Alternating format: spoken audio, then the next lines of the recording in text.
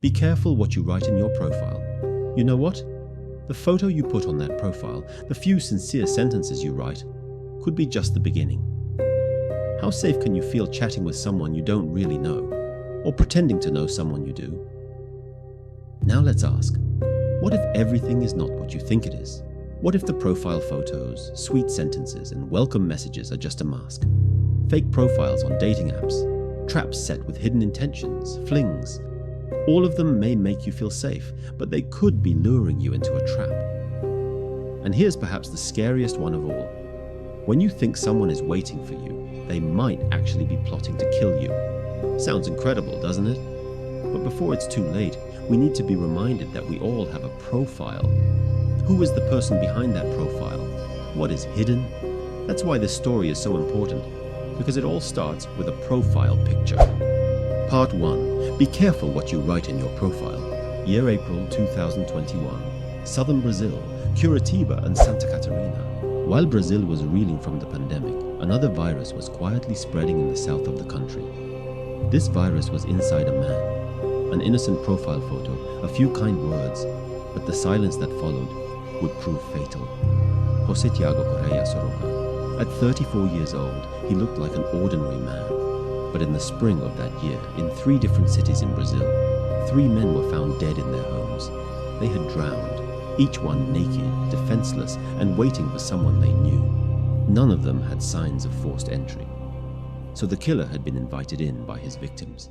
At first, police struggled to make the connection. But what the victims had in common was clear. They were all gay men, and they all used dating apps, especially Grindr. The victims would arrange a meeting on the app, invite them home, and then disappear. There were no obvious traces at the crime scenes, but there was always something missing: the victims' cell phones. After each murder, Soroka also destroyed their digital identity. It was a symbolic erasure, not just a physical one. And here's the scariest part. None of them screamed, because José Tiago was building trust, then killing. And he hadn't stopped yet. Part 2, Silence by Trap. Year May 2021, Porto Alegre, Brazil. The horror of the murders resonated with the LGBT+ community in southern Brazil. Especially in big cities, gay people began to experience suspicion and panic about dating practices. Police issued public warnings. Don't meet people you don't know on the app. Get identification information. Share location. But the killer had already chosen his next target. The 4th victim would be the first to narrowly escape death. A young man from Porto Alegre met José Tiago through the app. The conversation was short and a meeting was arranged. The killer used the same tactics: calmness, friendliness, sincerity. Then the silent attack planned inside the house. But this time, things went wrong.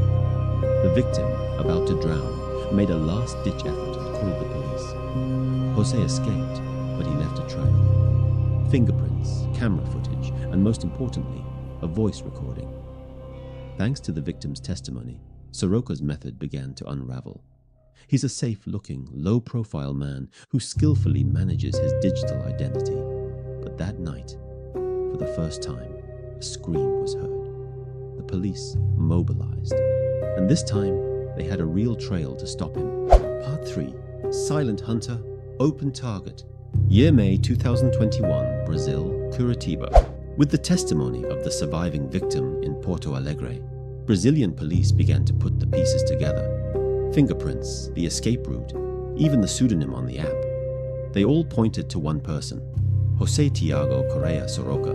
But Soroka's digital footprints were too faint. He used fake identities on dating apps and conducted meetings through instant phone lines. GPS and SIM card matches were not easy to make. She knew the vulnerabilities of the system well.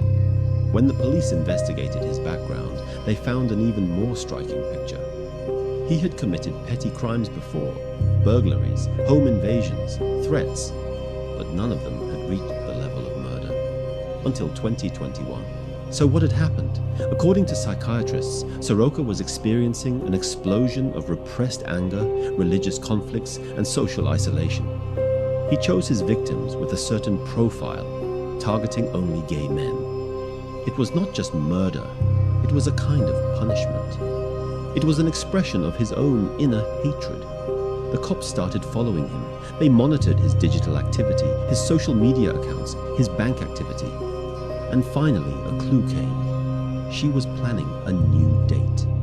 This time, she wasn't going alone. Chapter 4. The Last Meeting. Year May 2021. Brazil, Curitiba. The police caught a critical detail while tracking José Tiago's digital movements. That morning, he had matched with another user on a dating app. His planned meeting was to take place in an area close to the apartments where the previous murders had taken place. This was his final step. And this time, he was not alone. The police placed an undercover team at the planned meeting point. The would-be victim cooperated with the police. Tiago was faithful to the appointment time. He did not escape when the raid took place. A cell phone and some digital documents were found on him, believed to belong to another victim.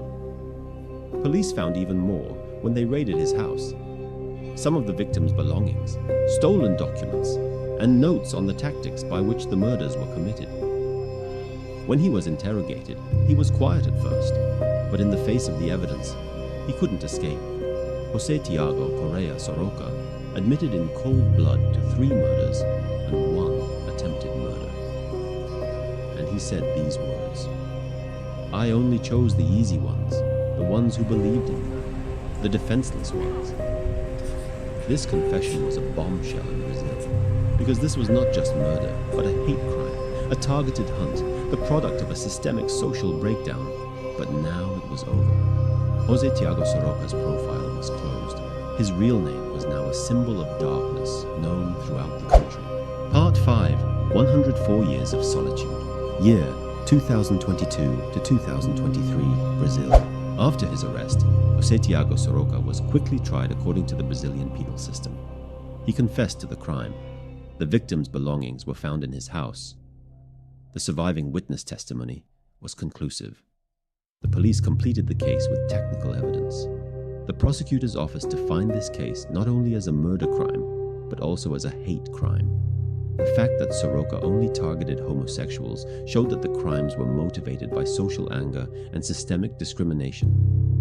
Throughout the hearings, Soroka's face showed not the slightest sign of remorse. Sitting in the courtroom, he listened in silence without raising his head.